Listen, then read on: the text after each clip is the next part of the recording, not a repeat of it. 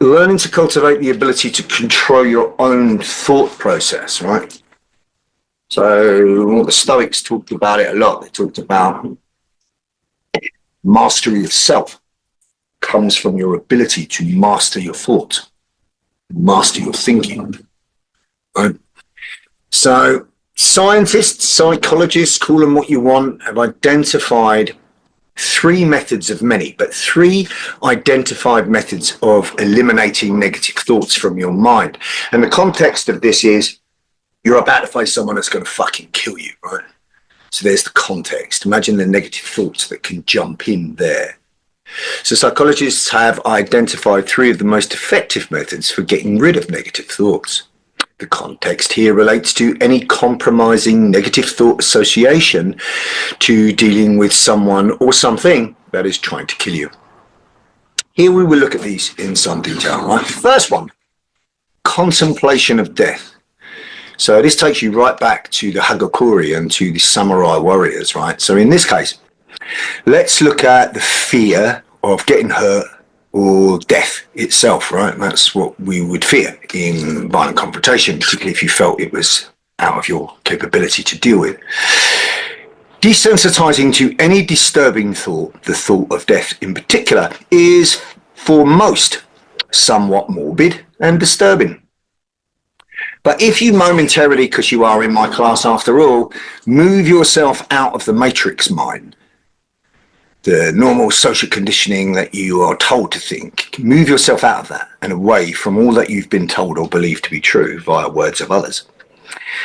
And you have to agree that death is simply an inevitable end to life within this current incarnation. This skin suit will die, regardless of what the soul spark does, whether it goes on, whether it's trapped, whether it doesn't do anything or not, is irrelevant. Your time in this character suit, this avatar, is limited. We all fucking die, right? So Hagakure was the way in which the Japanese samurai would daily contemplate their own death on a battlefield. This is a clear example of reframing the thoughts and feelings associated with our demise.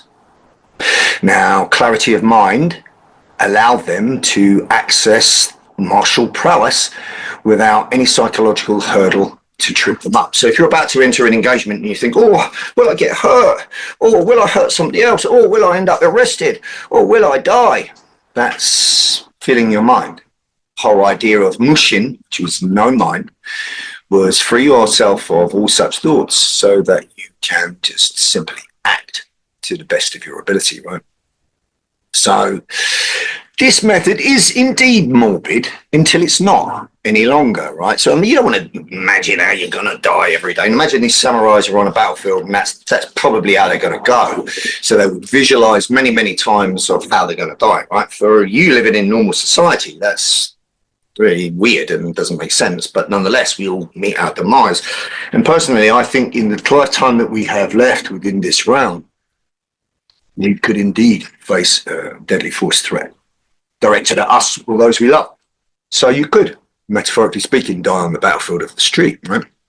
So visualizing to yourself that, you know, fuck it, I'll fight with everything I've got, I'm good with death, will allow you to get rid of that psychological hurdle and simply access your skills, right? Because we all train. So Hagakure was the way in which the Japanese would contemplate death on the battlefield. They would do so that they would get clarity of mind, no psychological hurdle to trip them up. Now, this method is indeed morbid until it's not any longer. So if you did it for a while, you'd be amazed at what you get used to. It would just be another day at the office, right?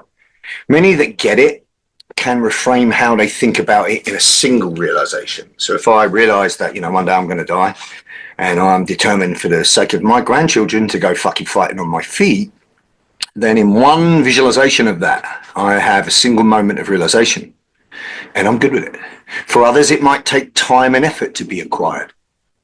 Many military cultures cultivated a positive attitude towards death by seeing it as a kind of path to heaven, Valhalla for the Vikings, for example, the secret garden for some assassins. So visualizing the worst thing that could happen so it no longer bothers you is one way to deal with the fear of death inside of a level 10 confrontation. The second method is what I've always suggested to you, which is visualization. Visualization, the creation of mental imagery for crisis rehearsal, has been talked about at pretty much every one of these Tier 1 civilian Zoom classes. And we are now, as I said, on number 16. You see, the construction of this 3-module class always begins with PsyCom, then to the physical application of unarmed UC, then on to the implementation of an armed response, finishing with Tier 1 civilian. The order of priority should tell you something, particularly when you are training to counter any incident of violence imposed upon you. So the order of priority starts with PsyCom, and the reason for that is because you've got to get your head right. First battle starts with you. You must get your mind under control. So visualization is a primary tool for psychological conditioning, period. This should be in place every time you train in any combative sense. So even if you stand up today and hit the bob, you should be doing it with some sort of intentful visualization in your brain rather than hitting an inanimate object. Here then, such crisis rehearsal via the recall of internal visualization is how you will create a subconscious blueprint. This in turn allows you to download data solutions in the face of that which previously made you fearful. So if you just put it out your mind and never thought about how you deal with the deadly force threat, and then suddenly you deal with the deadly force threat and now you start thinking about it, you're going to freeze. Whereas if you regularly visualized yourself successful in the face of such an event, then your subconscious mind has already been here before. Therefore, it perceives the information or the data as both familiar and usable. Does that make sense? Visualization. Visualize yourself fucking winning. Visualize plan B, plan C. Visualize yourself hurt, still fighting to the end. As long as you've got breath in your body and blood in your veins, in this physical vessel, you can still fight. My mindset is, if my body can twitch 5 to 6 minutes after I'm declared clinically dead, I can still fucking fight. That's the mindset you want to conjure with visualization, and it's your imagination. You can put it where you want. The third way of dealing with the fear of injury or death in the face of confrontation comes from accessing indignation. So the saying is, no one fears when angry. It's impossible for us to be in two emotional states at the exact same moment. You're either angry or you're scared. You're not both. One can eclipse the other, and that can work both ways, but understand that you can eclipse fear with righteous indignation. So you need to understand what that is, right? Replacing capitulating fear with righteous indignation will allow you to eclipse the potential imposition of will that you face with an intent that will wipe their fucking bloodline clean.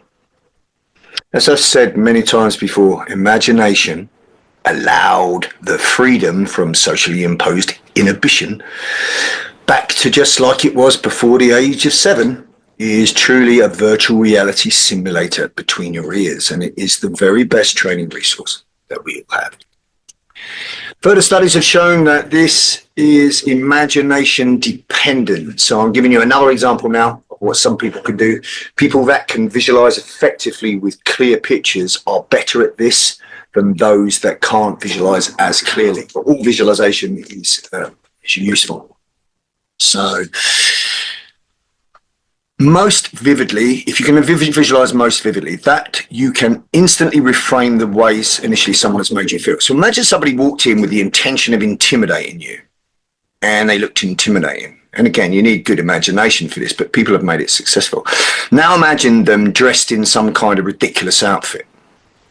So a guy that's trying to give you some aggression, dressed as if he's about to join a gay pride march, for example. Well, I don't know about you, but I wouldn't be able to take the cunt seriously. Or maybe a picture of what he looks like suddenly shrunk down to the size of a midget, with a big body and tiny little limbs. Imagine him like that. You couldn't really take him seriously, could you? Right. Now, what I'm saying in this day and age, politically incorrect? Possibly. But how intimidated would you honestly be in front of such an image? You got to ask yourself, right? And you've got to use all means, fair and unfair, to be able to deal with the modern enemy. So if I imagine that underneath he's wearing ladies' underwear, well, I'm probably not going to take him quite as seriously as I normally would, right? Just an idea. In closing, true mastery of your own thoughts comes from three key areas. The three areas represent the physical and emotional construct of you that you believe is you. The first comes from your own internal mental self-image, what you believe to be true about your current abilities to deal with any disturbing thought. In this case, someone trying to hurt you badly. The second is your conscious cognitive mind, what you currently think about you in terms of what you believe is achievable and what you currently think is not. Learn to recognize the difference between thoughts, which are scripted by social programming, and what everyone else thinks, which is limited ability to develop, and critical thinking, which is the true belief and knowing, which comes from your true, authentic self. So when I say use your cognitive conscious mind to decipher where you stand currently to deal with this violent person with a machete, seek logical, critical thought, not, socially conditioned thinking of, oh, there's nothing we can do. Because in my mind, if it's humanly possible to do anything, then you and I can too do it. If that makes sense, right? So the third and final one comes from your subconscious mind, where all and everything about you, past, present, and future, exists now.